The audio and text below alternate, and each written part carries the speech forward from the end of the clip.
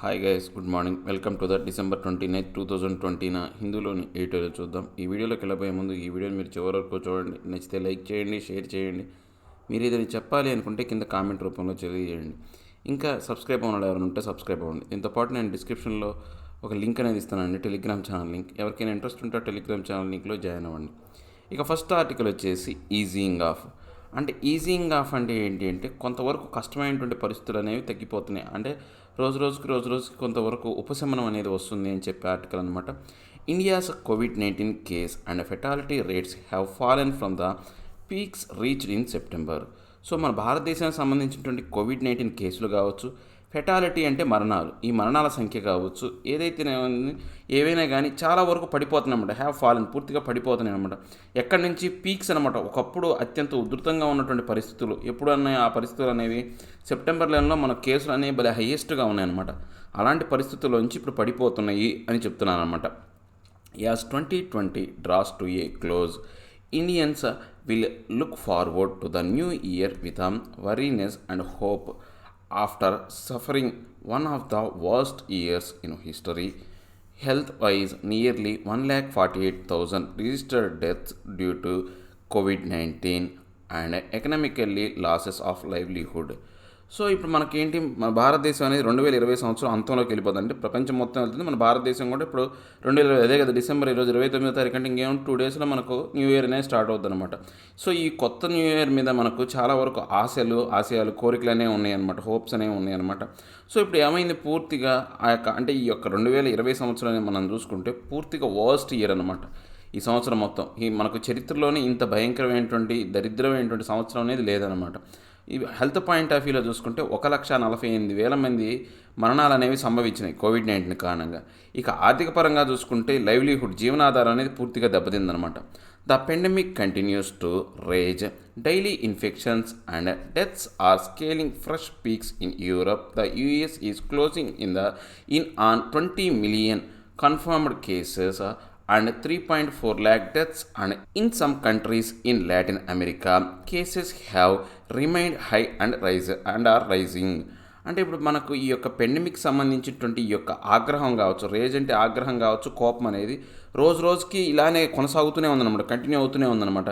ఈ యొక్క daily infections కావచ్చు, మరణాల సంఖ్య అనేది ఇప్పుడు ఉన్నటువంటి ఈ యొక్క ఫ్రెష్ పీక్స్ అనమాట. ఇప్పుడు కొత్త అయినటువంటి యొక్క ఎక్కువ మొత్తంలో యూరోపియన్ కంట్రీస్లో కావచ్చు, యూఎస్లో కావచ్చు, దగ్గర 20 మిలియన్ల కన్ఫర్మ్డ్ కేసులు అనమాట. అంటే 20 లక్షల మందికి 27 లక్షలు అంటే 20 మిలియన్లు అన్నాడు. అంటే 1 మిలియన్ వచ్చేసి 10 లక్షలు. దగ్గర మనం కనుక చూసుకుంటే కనుక 20 కోట్ల మందికి ఈ యొక్క వ్యాధి అనేది హయ్యెస్ట్ పీక్లో వెళ్ళిపోతుంది అనమాట. ఈ యొక్క కేసెస్ అనేవి కనుక చూసుకుంటే 3.4 లక్షల డెత్స్ అనేవి ఉన్నాయి. ఈ కేసులతో పాటు మరణాల సంఖ్య చూసుకుంటే 3.4 లక్షల మంది చనిపోయారనమాట. ఎక్కడ, లాటిన్ అమెరికా లాంటి దేశాల్లో మనం కనుక చూస్తే ఈ యొక్క పరిస్థితులు అనేవి దారుణంగా ఉన్నాయన్నమాట. కొన్ని దేశాలు, యూరోపియన్ కంట్రీస్, యూఎస్తో పాటు లాటిన్ అమెరికాలో కూడా ఉందన్నమాట. సో ఈ యొక్క కేసెస్ అనేవి రోజుకి పెరుగుతూనే ఉన్నాయి కాబట్టి ఆ ఏరియాల్లో, కానీ తగ్గటం అనేది లేదనమాట. In contrast, while India still registered the highest number of daily infections and deaths in Asia, the daily rate has come down significantly to a 7-day rolling average of less than 2,400 cases and 250 deaths between December 2026 from the peak of close to a lakh and more than a 1,000 deaths a day in mid-September. అంటే ఇప్పుడు మనం కనుక చూస్తే దానికి విరుద్ధంగా, కాంట్రాస్ట్గా, భేదంగా మన భారతదేశం అనేది చూస్తే కనుక ఎలా ఉందంటే, మన భారతదేశం అనేది ఆసియా కంట్రీస్లో ఇప్పటికీ హయ్యెస్ట్ నెంబర్ ఆఫ్ ఇన్ఫెక్షన్స్ కావచ్చు, మరణాలు కావచ్చు నమోదవుతున్నటువంటి దేశం ఆసియా ఖండంలో మనం కనుక చూస్తే. ఈ డైలీ రేట్ అనేది ఇంతకుముందు ఈ యొక్క మన గడిచిన ఒక వారం రోజులు, 7 రోజుల నుంచి మనం కనుక చూసుకుంటే ఈ యొక్క యావరేజ్ నెంబర్ ఆఫ్ కేసెస్ అనేవి కేవలం 24,000 మాత్రమే ఉన్నాయి. దాంతోపాటు సంభవించిన మరణాలు, ఈ వారం రోజులు సంభవించిన మరణాలు 250 మాత్రమే ఉన్నాయన్నమాట. ఇప్పుడు డిసెంబర్ 20 నుంచి 26 మధ్య కాలంలో చూసుకుంటే ఇది ఒకప్పుడు ఎలా ఉండింది, రోజుకు 1 లక్ష వరకు కేసులు, రోజుకు 1000 మరణాలు అనేవి ఈ యొక్క మిడ్ సెప్టెంబర్లో సంభవించినాయి. కానీ ఇప్పుడు వచ్చేసరికి వారానికి 24,000 కేసులు, 250 మరణాలు మాత్రమే ఉన్నాయన్నమాట. These are much lower numbers compared to the US and comparably fewer than those registered in the larger countries in Europe and Latin America. So ఇప్పుడు ఈ గణాంకాల కనుక మనం చూసుకుంటే యూఎస్ కన్నా చాలా తక్కువ, కంపారబుల్గా మళ్ళీ ఇంకా వేరే దేశాలతో మనం పోల్చుకోవాలి. యూరోప్లోని పెద్ద పెద్ద దేశాలు, లాటిన్ అమెరికా లాంటి దేశాలతో పోల్చుకుంటే ఈ సంఖ్య అనేది చాలా తక్కువ అనమాట. India still tests a middling number 732 test and 115.8 confirmed cases per million people compared to the rest of the world. అంటే ఇప్పుడు మన భారతదేశానికి ఎప్పటికీ కూడా చూసుకుంటే ఈ టెస్టింగ్ అనేది మిడిలింగ్ అనమాట. అంటే ఎక్కువ మందికి టెస్ట్ చేసే విధానం అనేది చాలా తక్కువ స్థాయిలోనే ఉందన్నమాట. ఏది ఈ యొక్క 732 టెస్టులు అనేవి జరుగుతున్నాయి అనమాట. దాంతోపాటు 15.8 కన్ఫర్మ్డ్ కేసెస్ అనేవి, ఈ యొక్క టెస్టులు జరిగిన దాంట్లో కన్ఫర్మ్డ్ కేసెస్ అనేవి 1 మిలియన్లో, 10 లక్షల మందిలో మన జరిగే ఒక టెస్టులు అనేవి ఇంత మాత్రమే ఉన్నాయన్నమాట. కంపేర్ టు ప్రపంచంతో పోల్చుకుంటే చాలా తక్కువగానే ఉంది. The testing numbers have fallen slightly in the past month, but the significant drop in recorded deaths suggests that rather than experiencing a new peak in daily infections and deaths, India still remain in the down phase since the September peak. అంటే ఇప్పుడు మనకు ఈ యొక్క testing number అనేవి తగ్గిపోయినప్పటికీ, అంటే చాలా వరకు తగ్గినప్పుడు, ఇంత లాస్ట్ మంత్ కన్నా చేసిన ఈ యొక్క టెస్టుల కన్నా ఇప్పుడు ఈ యొక్క నెలలో చూస్తే కనుక మనకు టెస్టులు అనేవి చాలా తగ్గినాయి అనమాట. సో దీంతో పాటు మనం కనుక టెస్టులు తగ్గినప్పటికీ కూడా ఈ యొక్క ఏదైతే కోవిడ్-19 కారణంగా మరణాల సంఖ్య కూడా చాలా తక్కువగా ఉందన్నమాట.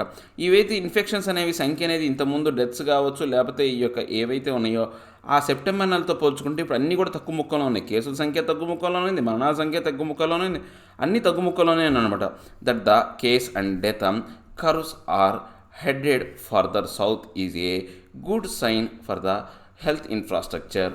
అంటే ఇప్పుడు మనం కనుక చూసుకుంటే ఈ యొక్క కేసుల సంఖ్య కావచ్చు, మరణాల సంఖ్య కావచ్చు, ఆ యొక్క కరువు అనేది మనం ఇంకా చూస్తే కనుక సౌత్ వైపు వంగిపోతుంది అనమాట. నార్త్ వైపు వంగింది అనుకోండి, అది పెరుగుతున్నట్టు, సౌత్ వైపు వంగుతుంది అంటే పూర్తిగా తగ్గిపోతున్నట్టు అనమాట మనకు ఈ యొక్క గ్రాఫ్ కరువు కనుక చూసుకుంటే.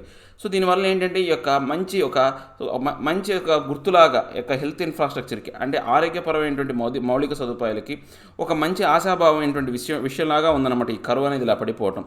While no other country barring the US has reached or crossed the per day peak of nearly 1 lakh cases that India registered in September, the lower number of cases registered recently, even as the country eased its physical distancing measures and travel restrictions and went through a festival season, might come as surprise.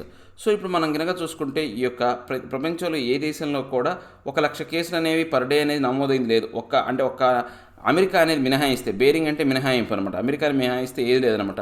September నెలలో మాత్రం మన భారతదేశం అనేది అంత peak స్టేజ్లో ఉందన్నమాట, అంత ఎక్కువ కేసులు అనేవి ఉన్నాయన్నమాట. ఆ తర్వాత మనకు ఈ యొక్క కేసులు అనేవి రోజు రోజుగా పడిపోతున్నాయి అనమాట. ఎలాగా మనం ఏవైతే చాలా వరకు ఈ యొక్క కోవిడ్-19 నామ్స్ ప్రకారం మనం పెట్టినటువంటి ఆంక్షలు ఏవైతే ఉన్నాయో వాటి అన్నింటినీ ఉపసంహరించుకున్నాం.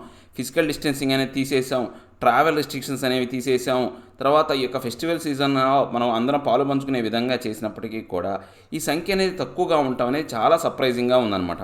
But as a virologist Jacob John and MS Seshadri have argued the peaking in September denoted the pandemic's widespread nature in urban and semi-urban areas and was reflected even more apparently in the ICMR's sero surveys. అంటే ఇప్పుడు మనం కనుక ఈ యొక్క virologist అయినటువంటి ఈ యొక్క Jacob John, అంటే వైరాలజిస్ట్ అంటే ఈ యొక్క వైరస్ల మీద రీసెర్చ్ చేసేవాళ్ళు ఎవరైతే ఉన్నారో ఆ జాకోబ్ జాన్ కావచ్చు, ఎంఎస్ శేషాద్రి అనే వాళ్ళు చూస్తే కనుక వాళ్ళు ఏం వాదిస్తున్నారంటే ఈ సెప్టెంబర్ నెలలో ఈ యొక్క వ్యాధి సంఖ్య ఏదైతే పెండమిక్ అంటే వ్యాధి వ్యాపించేదనమాట చాలా ఎక్కువ మొత్తంలోనే ఉంది. దాని నేచర్ కనుక చూస్తే ఈ యొక్క అర్బన్ ఏరియాస్ ఏవైతే పట్టణాల్లో, తర్వాత కొంతవరకు సెమీ అర్బన్ ఏరియా అంటే ఒక మాదిరి నగరాలు ఏవైతే ఉన్నాయో వాటిలో మనం కనుక చూస్తే ఏంటంటే ఈ యొక్క వ్యాధి తీవ్రత అనేది చాలా ఎక్కువగా మనకు స్పష్టంగా అపరెంట్లీ ఏంటంటే స్పష్టంగా కనపడుతూనే ఉందన్నమాట. ఈ యొక్క ఐసీఎంఆర్ సంబంధించినటువంటి సెరో సర్వేస్ అనేవి స్పష్టంగా వాటి యొక్క సంఖ్య అనేది నమోదు చేసిందనమాట. దీ serow surveys revealed A much higher number of undetected infections, many of them asymmetric before the September peak. అంటే ఈ యొక్క సెరో సర్వే అనేది మనం చూస్తే వాళ్ళు ఇచ్చినటువంటి లెక్కల ప్రకారం మనం చూసుకుంటే ఈ నెంబర్ అనేది ఇంకా హైయర్, అంటే మనం చెప్పిన 1,00,000 కేసుల కన్నా ఎక్కువగా ఉందన్నమాట. అన్డిటెక్టెడ్ ఇన్ఫెక్షన్స్ అనేవి చాలా ఉన్నాయన్నమాట. అవన్నీ కూడా ఎసిమ్టమెటిక్ అంటే ఏంటంటే ఆ యొక్క వ్యాధి లక్షణాలు అనేవి బయటపడకుండా లోపల అంతర్గతంగా వ్యాధి ఉంటుందన్నమాట. వ్యాధి లక్షణాలు అనేవి బయటికి కనపడవు, లోపల మాత్రం వ్యాధి ఉంటుందన్నమాట. సో ఈ సెప్టెంబర్ నెలలో ఇంకా పీక్గానే ఉంది, అంటే 1,00,000 అని చెప్తున్నారు కానీ దానికన్నా ఎక్కువే ఉంది ఈ సెరో సర్వే అని చెప్పేసి ఈ యొక్క ఎవరైతే వైరాలజిస్ట్ చెప్తున్నారన్నమాట. As the virus ravaged the urban centers and spread to rural areas, the virologist estimated that nearly a third of the population had already been exposed, indicating that half of the herd immunity level required to end the spread had already been reached by mid-September. అంటే ఇప్పుడు మనకు ఈ యొక్క వ్యాధి అనేది virus అనేది పూర్తిగా ఏంటంటే ర్యావేజ్డ్ అంటే ఏంటంటే వినాశనం చేసిందనమాట. ఎక్కడ అర్బన్ సెంటర్స్ కావచ్చు. సో ఈ వ్యాధి అన్ని ఏరియాల్లోకి పాకిపోయిందనమాట. వైరల్ అనేగా రూరల్ ఏరియాల్లో కూడా ఈ వ్యాధి అనేది పూర్తిగా సంక్రమించిందనమాట. ఈ యొక్క వైరాలజిస్ట్ యొక్క అంచనా ప్రకారం ఎస్టిమేషన్ అంటే వాళ్ళ యొక్క అంచనా ప్రకారం ఏంటి అంటే నియర్లీ మన భారతదేశంలో 1/3 వంతు పాపులేషన్ ఏదైతే ఉందో, అంటే మనకు మొత్తం ఇప్పుడు 130 కోట్ల మంది జనాభాని కనుక మనం తీసుకున్నాం అనుకోండి, దగ్గర 40 కోట్ల మందికి దగ్గర మనం చూసుకుంటే 30 నుంచి 40 కోట్ల మందికి ఆల్రెడీ ఈ వ్యాధి అనేది పూర్తిగా ఈ వ్యాధిని బారిపడ్డారు, ఎక్స్పోజ్ అయ్యారు. సో దాని కారణంగా ఏంటి, half of the heard immunity, ఈ యొక్క 1/3 మంది ఈ యొక్క వ్యాధికి సంక్రమణలో గురి అయినప్పటికీ కూడా హెర్డ్ ఇమ్యూనిటీ అంటే మనం ఇంతకుముందు చాలాసార్లు చెప్పుకున్నాం. హెర్డ్ అంటే మందలో ఒక గుంపులో కనుక సమూహంలో కనుక ఒక 10 మంది ఆరోగ్యవంతులు ఉన్నారనుకోండి, 11వ వాడు కనుక అనారోగ్యవంతుడు కనుక వస్తే వీళ్ళ యొక్క ఇమ్యూనిటీ పవర్ అనేది వాడికి కూడా రక్షణ అయ్యి వాడు కూడా ఏది పూర్తి సంపూర్ణమైనటువంటి ఆరోగ్యవంతుడు అవుతాడనమాట. దాన్ని హెర్డ్ ఇమ్యూనిటీ అంటాం. మందలో ఉండేటువంటి ఈ యొక్క ఏదైతే ఉందో రోగనిరోధక శక్తి అంటాం అనమాట. అలాంటి ఇమ్యూనిటీ అనేది అంటే 1/3 మెంబర్స్ అనేవాళ్ళు అనారోగ్యంగా ఉంటే 2/3 మెంబర్స్ అనేవాళ్ళు ఎలా ఉన్నారు, ఆరోగ్యంగా ఉన్నారు. వీళ్ళ యొక్క ఆరోగ్యం కారణంగా వాళ్ళకి ఏదైతే ఉందో ఆ స్ప్రెడ్ అనేది పూర్తిగా ఆగిపోయి ఈ మిడ్-సెప్టెంబర్కే మనం చూసుకుంటే ఆ యొక్క ప్రభావం అనేది పూర్తిగా పడిపోయిందనమాట. This explains why daily case and fatality rates stay low and also suggest that after India begins its vaccination drive, the epidemic should ease further and could become endemic.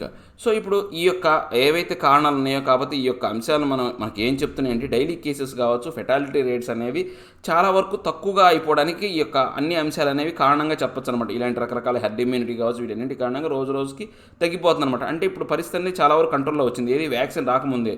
ఒకవేళ ఈ యొక్క వ్యాక్సిన్ డ్రైవ్ అనేది మనం కనుక complete చేసామనుకోండి, ఈ pandemic ఏదైతే ఉందో, ఈ వ్యాధి ఏదైతే ఉందో ఇంకా దాని యొక్క ప్రభావం ఈజీ అవుతుంది, ఫర్దర్గా తగ్గిపోయి అది ఏమవుతుందంటే స్థానికమైనటువంటి ఒక రోగంగా మారిపోతుంది అనమాట. ఎండమిక్ అంటే స్థానికమైంది అనమాట.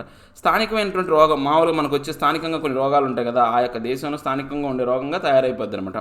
This does not lesson the dangers of local అవుట్బ్రేక్స్ and the complication of the spread of new variants from abroad. అంటే ఇప్పుడు ఏదైతే ఉందో ఈ యొక్క పరిణామం కావచ్చు, ఈ యొక్క ప్రభావం అనేది ఈ యొక్క ప్రమాదాన్ని తగ్గించే పరిస్థితులు కావాలన్నమాట. నాట్ లెసన్ అంటే ప్రమాదాన్ని తగ్గించదు అనమాట.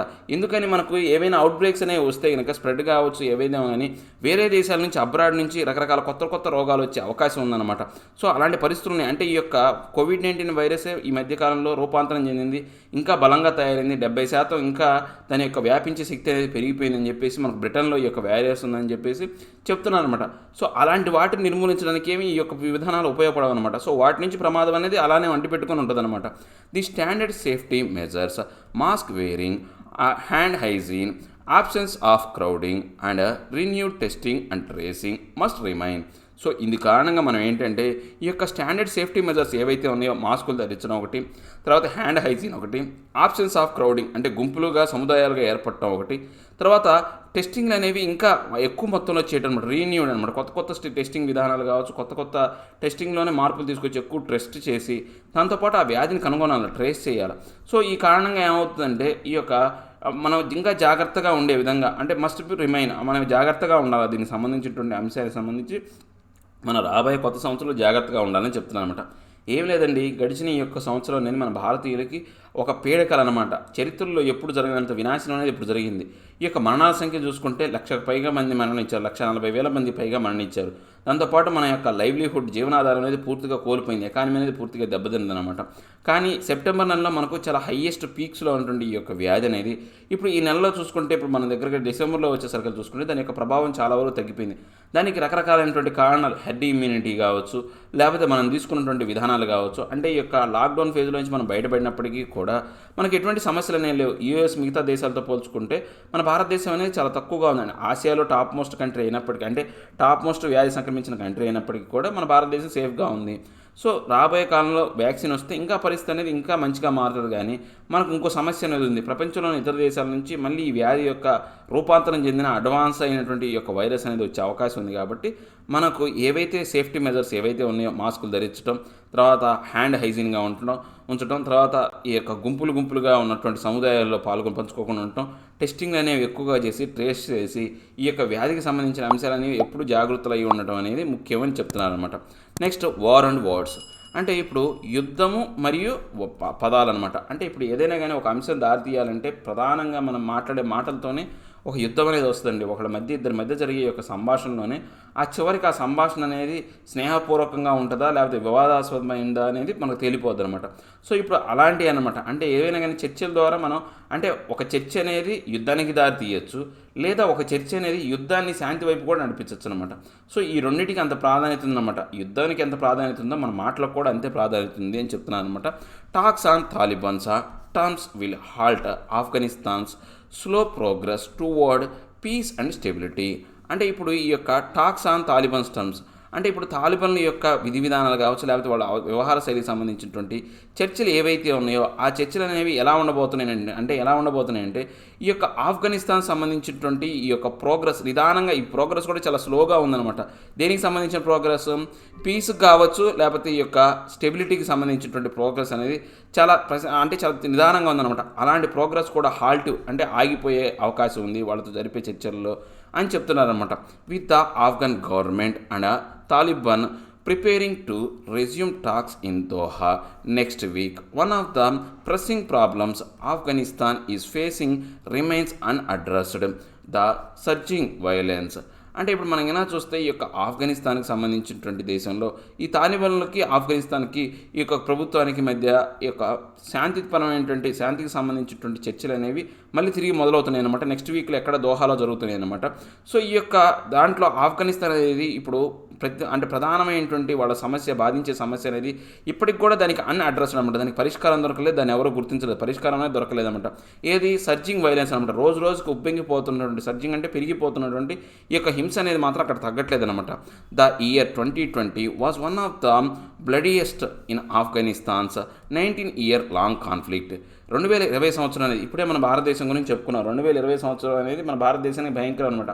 అంటే 2019లో మనకు ఏదో అష్టగ్రహ కూటమి ఏదో చెప్పారండి. అష్టగ్రహ కూటమి ఏదో చెప్పారు. అప్పటి నుంచి మనకు దరిద్రం పట్టిందని చెప్పేసి మామూలుగా ఈ జాతకాలు చెప్పేవాళ్ళు చెప్తున్నారు అనమాట. సో నిజమేనేమో, బహుశా నిజమై ఉండొచ్చు. సో ఇప్పుడు ఆఫ్ఘనిస్తాన్ పరిస్థితి కూడా అలానే ఉందన్నమాట. సో 2020 సంవత్సరం సంబంధించి వాళ్ళకు భయంకరమైనటువంటి చాలా చెత్త సంవత్సరం అనమాట. 19 సంవత్సరాల్లో ఈ యొక్క ఆఫ్ఘన్కి సంబంధించినటువంటి ఈ యొక్క అంటే కాన్ఫ్లిక్ట్ అనేది జరుగుతున్నా కానీ ఇంత వరస్ట్ ఇయర్ అనేది లేదనమాట. It saw a US-Taliban agreement in February where the Americans proposed to withdraw troops in return for the insurgent assurance that they would not allow terrorist groups such as Al-Qaeda to operate from Afghan soil. So ఇప్పుడు ఏమైంది ఈ సంవత్సరంలో మనం ఎలా చూసుకుంటే US తాలిబాన్లకు సంబంధించినటువంటి agreement అనేది ఈ యొక్క ఫిబ్రవరిలో ఈ యొక్క అమెరికన్స్ ఏవైతే ఉన్నారో వాళ్ళు పూర్తిగా ప్రపోజ్ చేశారనమాట. వాళ్ళ యొక్క బలగాలు, అమెరికాకు సంబంధించినటువంటి బలగాలు అనేవి ఉపసంహరించుకుంటామని. వాళ్ళు అక్కడ ఇన్సర్జెంట్స్ అంటే తిరుగుబాటుదారులు అనమాట. ఆఫ్ఘన్ ఇన్సర్జెంట్స్ ఎవరు? తాలిబాన్లతో వాళ్ళు ఒక ఒప్పందం చేసుకున్నారన్నమాట, ఎష్యూరెన్స్ తీసుకున్నారన్నమాట. వాళ్ళ దగ్గర నుంచి ఒక పూచీకత్తుగా తీసుకున్నారు. ఏవైతే వాళ్ళు టెర్రరిస్ట్ గ్రూప్స్, ఆల్ఖైదా లాంటి గ్రూప్స్కి వాళ్ళ యొక్క ఆఫ్ఘన్ సాయిల్లో సహాయం చేయకుండా ఉంటారని చెప్పేసి ఒక పూచీకత్తు మీద వాళ్ళు అక్కడ బలగాలు ఉపసంహరించుకుంటారని చర్చలు అనేవి జరిగినాయి అనమాట. September the Afghan government and Taliban began peace talks for the first time in Doha. September నెలలో మనం గినా చూస్తే ఈ యొక్క ఆఫ్ఘనిస్తాన్కి ఈ గవర్నమెంట్కి తర్వాత తాలిబాన్లకి శాంతిపరమైనటువంటి చర్చలు అనేవి ఫస్ట్ టైం అనేవి దోహాలో స్టార్ట్ అయినాయి అనమాట. But despite these diplomatic openings both sides have continued their attacks. So ఇప్పుడు ఏదైతేనప్పటికీ అంటే ఏమైనప్పటికీ ఈ యొక్క డిప్లొమాటిక్ దౌత్యపరమైనటువంటి ఈ యొక్క చర్చలు అనేవి మొదలైనప్పటికీ డిస్పైట్ అయినప్పటికీ కూడా రెండు వైపుల నుంచి ఈ యొక్క అటాక్స్ అనేవి దాడులు అనేవి కొనసాగుతూనే ఉన్నాయన్నమాట.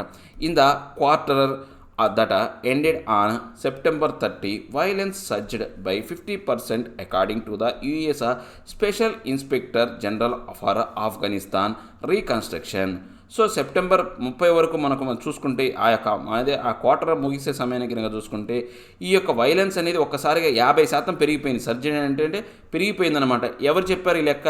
US special inspector general for Afghanistan reconstruction అనే ఒక ఆర్గనైజేషన్ అనేది చెప్పిందనమాట. Afghanistan also saw increased targeted killing especially of media professionals. So ఇప్పుడు ఆఫ్ఘనిస్తాన్లో మనం ఇంకా ఏం చూడొచ్చు అంటే కొంతమందిని వీళ్ళు ఏంటంటే లక్ష్యంగా చేసుకొని చంపుతున్నారు అనమాట. ముఖ్యంగా ఈ యొక్క మీడియాకు సంబంధించినటువంటి ఎవరైతే ప్రాముఖ్యత కలిగినటువంటి ప్రొఫెషనల్స్ ఎవరైతే ఉన్నారో, నైపుణులు ఎవరైతే ఉన్నారో వాళ్ళని చంపుతున్నారనమాట. On December 10th, Malala Maiwand a TV host was shot dead along with her driver. So మనం December 10వ చూసుకుంటే మలాలా మైవాండ్ అనే ఒక లేడీ ఎవరైతే ఉన్నారో ఆమె టీవీ హోస్ట్ అనమాట, ఏదైతే ప్రాతినిధ్యం ఇచ్చే వ్యక్తి, ఆమె డ్రైవర్తో సహా కాల్చి చంపేశారనమాట. In less than 2 weeks Rahmatullah Nikzad a freelancer photographer was killed in ఘాజీ. సో ఇక తర్వాత 2 వారాల్లోపే ఈ యొక్క రహమతుల్లా నిగ్జర్ అనే అతను ఫ్రీలాన్సర్ ఫోటోగ్రాఫర్ అనమాట. ఫ్రీలాన్సర్ ఫోటోగ్రాఫర్ అంటే వాళ్ళు ఫోటోలు తీసి నెట్లో పెట్టి వాళ్ళు డబ్బులు సంపాదించుకుంటారనమాట. అతన్ని ఘాజీలో చంపేశారనమాట.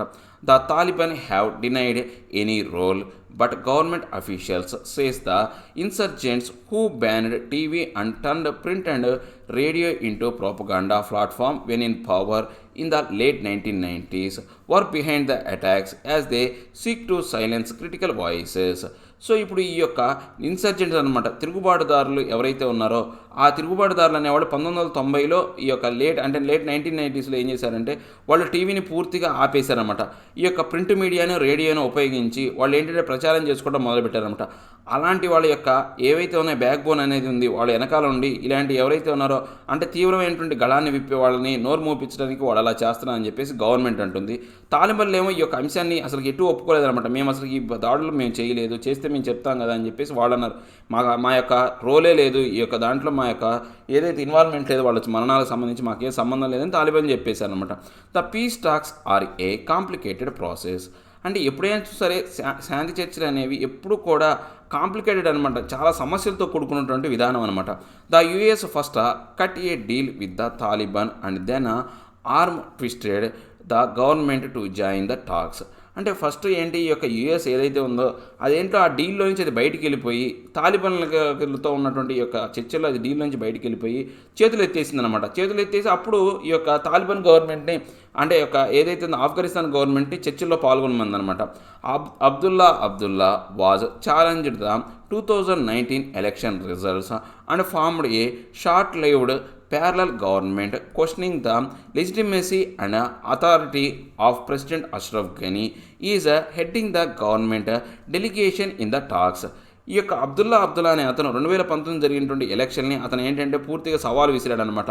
ఆ ఎలక్షన్ రిజల్ట్స్ ఏవైతే ఉన్నాయో ఆయన ఏం క్వశ్చన్ చేశాడు అంటే అసలు ఈ యొక్క ధర్మం లెజిటిమసీ అంటే ధర్మం కావచ్చు లేకపోతే చట్టబద్ధత అనేది ఈ యొక్క ప్రెసిడెంట్ అష్రఫ్ ఘనీకి ఎలా ఉంది, ఈ యొక్క చర్చలకు సంబంధించినటువంటి హెడ్గా ఉండే బాధ్యత ఆయన ఎలా తీసుకున్నాడు, ఈ యొక్క డెలిగేషన్స్ ఏవైతే ఉన్నాయో ఈ యొక్క ప్రాతినిధ్యం అనేది ఎలా వహించాడు, అంటే డెలిగేషన్ అంటే ప్రాతినిధ్యం అనేది ఎలా ఆ చర్చలో ప్రాతినిధ్యం అనేది అతను ఎలా వహిస్తాడని చెప్పేసి ఆయన క్వశ్చన్ చేశాడు అనమాట. Mister Ghani's vice president Amrullah Saleh the former intelligence chief is known for his strong anti-Taliban views. అంటే ఇప్పుడు అతని యొక్క వైస్ ప్రెసిడెంట్ ఏంటంటే అమరుల్లా ఏదైతే సలీహ్ అనే అతను చూసుకుంటే కనుక ఒకప్పుడు ఫార్మర్ ఇంటెలిజెన్స్ చీఫ్ అనమాట. ఇంటెలిజెన్స్ సంబంధించినటువంటి ఒక చీఫ్ ఒకప్పుడు పనిచేశాడు ఆయన. సో ఆయన ఎలాంటి వాడు అంటే యాంటీ తాలిబాన్ వ్యూస్ అనమాట, తాలిబాన్లకు వ్యతిరేక అనమాట. అలాంటి విధానం అనేది ఆయనకుంది. అలాంటి వాళ్ళతో అసలు వీళ్ళు చర్చలకు ఎలా పోతారని చెప్పేసి అబ్దుల్లా అనే అతను క్వశ్చన్ చేశాడు అనమాట. Despite the divisions with in the government had demanded A cease fire but the Taliban resisted such demands. Other talking points such as prisoner swaps and the future governance system.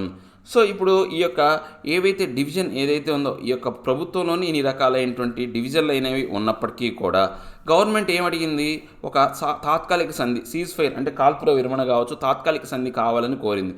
కానీ Talibans ఎవరైతే ఉన్నారో దాన్ని పూర్తిగా వ్యతిరేకించారన్నమాట. రెజిస్టర్డ్ అంటే ఏంటంటే వ్యతిరేకించారన్నమాట. వాళ్ళ యొక్క అభ్యర్థన డిమాండ్ ఏదైతే ఉందో ఆ కోరికను వ్యతిరేకించి ఇంకా వాళ్ళు ఏ అంశాలను నొక్కి చెప్పారు అంటే ఈ యొక్క చర్చల్లో ముఖ్యంగా ప్రిజనర్ స్వాప్ అనమాట. అంటే ఈ యొక్క తాలిబన్లకు సంబంధించినటువంటి కొంతమంది వాళ్ళని గవర్నమెంట్ అనేది అరెస్ట్ చేసింది. గవర్నమెంట్కి సంబంధించిన సైనికుల్ని కొంతమంది తాలిబన్లు అనేవాళ్ళు నిర్బంధంలో ఉంచారన్నమాట. ఇలా మనం ముందు ఈ యొక్క ఎవరైతే మన యొక్క నిర్బంధంలో ఉన్న వాళ్ళని ముందు వాళ్ళు మార్చుకుందాం, స్వాప్ చేసుకుందాం అన్నారు. దాంతోపాటు ఫ్యూచర్ గవర్నెన్స్ సిస్టమ్ గురించి కూడా వాళ్ళు మాట్లాడటం మొదలుపెట్టారు. కానీ ఈ తాత్కాలిక సంధి అనే దాని గురించి మాత్రం అసలు వాళ్ళు మాట్లాడలేదన్నమాట. As a result violence continued even as both sides negotiated ways to end the war. So ఇప్పుడు దీని కారణంగా ఏంటంటే ఈ యొక్క హింస అనేది రెండు వైపుల నుంచి కొనసాగుతుందన్నమాట. ఈ యొక్క వార్ అనేది మనం ఏమైనా చూసుకుంటే చర్చల రూపంలో జరగాల్సినటువంటి ఈ యొక్క ఏదైతే అంతం అనేది లేకుండా పోతుందన్నమాట. Earlier in December after 3 months of talks the Taliban and the government delegation agreed on set of rules and procedures for the talks.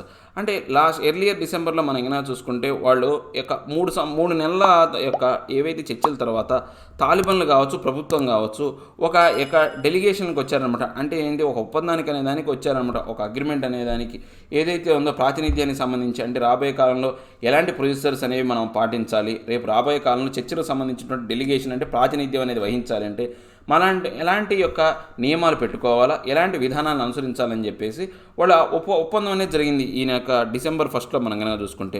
But cease fire is still elusive. అంటే ఇప్పుడు సీజ్ ఫైర్ తాత్కాలిక సంధి మాత్రం ఇప్పటికీ కూడా ఎల్యూసివ్ అంటే అంతు చిక్కని అంతు దొరకని అంశం అనమాట. ఇప్పటికీ కూడా దానికి సంబంధించినటువంటి పరిష్కారం అనేది దొరకలేదనమాట.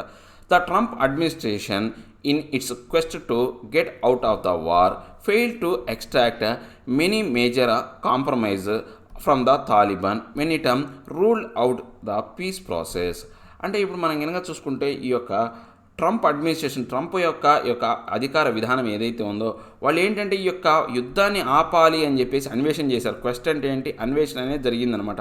ఆ అన్వేషణకు సంబంధించి వాళ్ళు చేసేదే తప్పితే ఇంకా మేజర్ కాంప్రమైజెస్ ఏవైతే ఉన్నాయో, తాలిబాన్స్తో జరగాల్సినటువంటి ఏవైతే ఉన్నాయో అంటే ఈ యొక్క రోల్డ్ అవుట్ పీస్ ప్రాసెస్ను, అంటే అక్కడ శాంతిని ఏర్పాటు చేయడం కోసం, అంటే ఈ యొక్క శాంతిని అనే దాన్ని అంటే అక్కడ అమలుపరచడం కోసం ఏదైతే ఉందో, రోల్డ్ అవుట్ అంటే ఏంటంటే అమలుపరచడం అనొచ్చు, ఇంప్లిమెంట్ చేయడం అనొచ్చు, లేకపోతే దాన్ని బయట పెట్టడం అనొచ్చు, ఏదైనా అనొచ్చు అనమాట. సో ఈ యొక్క రోల్డ్ అవుట్ చేశారు. అంటే ఆ బయట పెట్టాల్సిన అంశం ఏదైతే ఉందో దాని గురించి మాత్రం, ఆ మేజర్ కాంప్రమైజ్ గురించి మాత్రం, ఆ విషయంలో మాత్రం పూర్తిగా వైఫల్యం చెందారనమాట. వాళ్ళు పూర్తిగా విఫలమయ్యారనమాట.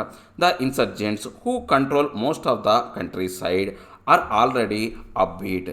అంటే ఇప్పుడు ఎవరైతే ఈ యొక్క తిరుగుబాటుదారులు ఉన్నారో, ఇన్సర్జెంట్స్ ఉన్నారో, వాళ్ళు యొక్క బలం అంతా కూడా ఎక్కువగా మోస్ట్లీ ఏంటంటే కంట్రీ సైడ్ అనమాట, గ్రామీణ ప్రాంతాల్లో వాళ్ళ పట్టు ఎక్కువగా ఉందన్నమాట, వాళ్ళు ఎక్కువగా కంట్రోల్ అనేది ఉందన్నమాట. సో వాళ్ళు ఇప్పుడు మంచి ఉల్లాసంగా ఉన్నారన్నమాట. అబ్బీట్ ఏదైతే అమెరికా బలగాల ఉపసంహరణ కావచ్చు, వాళ్ళు మంచి ఉల్లాసంతో ఉన్నారన్నమాట. The next American administration should carry out an honest review of the entire piece process and push the Taliban to make concessions. అంటే ఇప్పుడు ఈ యొక్క నెక్స్ట్ అమెరికన్ అడ్మినిస్ట్రేషన్ అనేది రాబోయే కాలంలో ఇప్పుడు ట్రంప్ దిగిపోతాడు, బిడెన్ వస్తాడనమాట. సో ఈ యొక్క బిడెన్ ఎవరైతే ఉన్నారో ఆయన యొక్క పరిపాలన విధానం అనేది ఈ యొక్క అంశాన్ని ఇంకా ముందుకు తీసుకెళ్లాలి. ఎలాగా నిజాయితీ అయినటువంటి విధానంతో ఈ యొక్క రివ్యూస్తో తీసుకెళ్ళి ఎంటైర్ పీస్ ప్రాసెస్ ఏదైతే ఉందో దానికి సంబంధించినటువంటి యొక్క అంశాల్లో తాలిబాన్ను ముందుకు తీసుకురావాలి. వాళ్ళు అనుకూలంగా, కన్సెషన్ అంటే ఏంటంటే అనుకూలంగా ఉండే విధంగా వాళ్ళ మీద ఒత్తిడి అనేది తీసుకురావాలన్నమాట.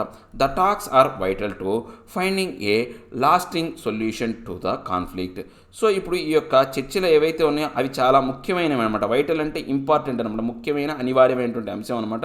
దీనికి ఇక ఎంతో కాలంగా, లాస్టింగ్ అంటే ఎంతో కాలంగా ఉన్నటువంటి సమస్యకు పరిష్కారం దొరకడానికి సంబంధించి, ఈ యొక్క వివాదానికి అంతం చూపడానికి సంబంధించినటువంటి ఒక ముఖ్యమైనటువంటి అంశం అనమాట చర్చలు అనేవి. But it should not be on the Taliban's terms which could erase whatever little progress Afghanistan has made since the fall of the Taliban. కానీ ఈ యొక్క పరిష్కారం అనేది, కాన్ఫ్లిక్ట్ అనేది తాలిబాన్ల వైపు నుంచి రాకూడదు అనమాట. అంటే తాలిబాన్లకు అనుకూలంగా ఉండే విధంగానో, తాలిబాన్ల యొక్క ప్రభావం పెరిగే విధంగా ఉండకూడదు అనమాట. ఎందుకని తాలిబాన్ల యొక్క ప్రభావం పడిపోయినప్పటి నుంచి కూడా ఆఫ్ఘనిస్తాన్ ఎంతో కొంత పురోగతి అనేది సాధించిందనమాట. అది పూర్తిగా తుడిచిపెట్టుకుపోద్ది అనమాట, ఎరేజ్ అనమాట. ఏదైతే ఉందో ఇంతవరకు తాలిబాన్ల యొక్క ప్రభావం తగ్గిస్తూ ఆఫ్ఘన్ గవర్నమెంట్ అనేది కొద్ది ఎదుగుతూ వచ్చింది. ఆ ఎదుగుదల అనేది పూర్తిగా తుడిచిపెట్టుకుపోతుంది. అలా జరగకూడదు అని చెప్తున్నాను అనమాట.